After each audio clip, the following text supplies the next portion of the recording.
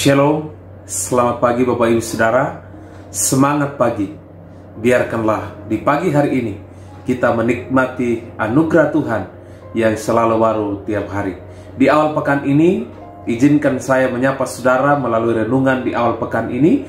Biarkanlah renungan di awal pekan ini boleh memberkati, menguatkan, dan menuntun setiap kita dalam menjalani sepekan ini.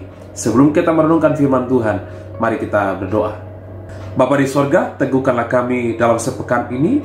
Sebelum kami menjalani kehidupan kami, menjalani aktivitas kami, biarkanlah firman-Mu memberkati kami. Menyerahkan waktu ini dalam nama Tuhan Yesus kami berdoa. Haleluya, amin.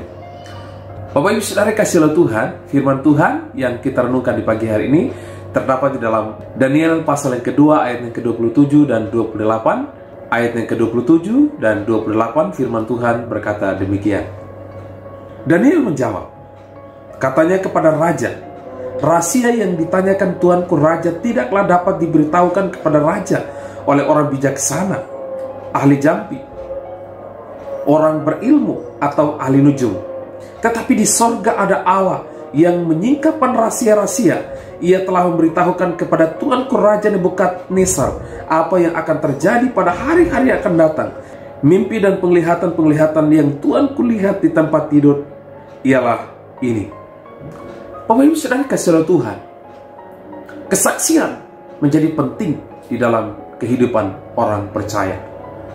Kisah Daniel tidak asing lagi di telinga kita. Dalam sejarah kehidupan kita sering mendengarkan kisah kehidupan Daniel. Tetapi yang menarik bagi kita di pagi hari ini adalah kesempatan untuk bersaksi itu sangat besar.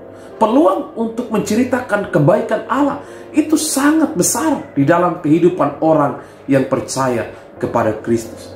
Dan Daniel telah membuktikan kesaksiannya kepada Raja Nebukadnezar. Bapak Ibu Saudara kasihlah Tuhan, siapa yang bisa menafsirkan mimpi?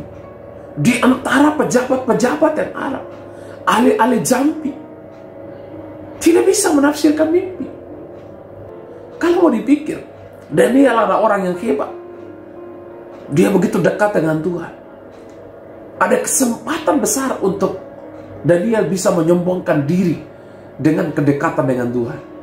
Tapi Bapak Ibu Saudara perhatikan, Daniel justru berkata, di sorga ada Allah yang bisa menyingkapkan rahasia apa arti mimpi itu.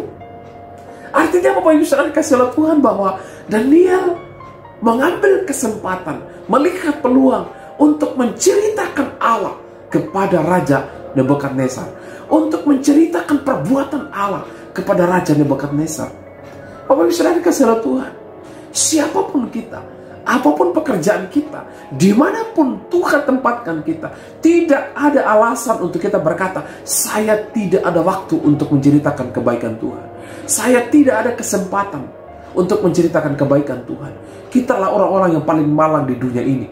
Kitalah orang-orang yang paling sial di dunia ini apabila kita berkata, saya tidak mau pergi, saya tidak mau menceritakan kasih Tuhan, saya tidak mau menceritakan kebaikan Tuhan. Kayaknya tidak ada yang saya mau ceritakan. Kayaknya berat lidah saya untuk berkata-kata tentang kebaikan Tuhan.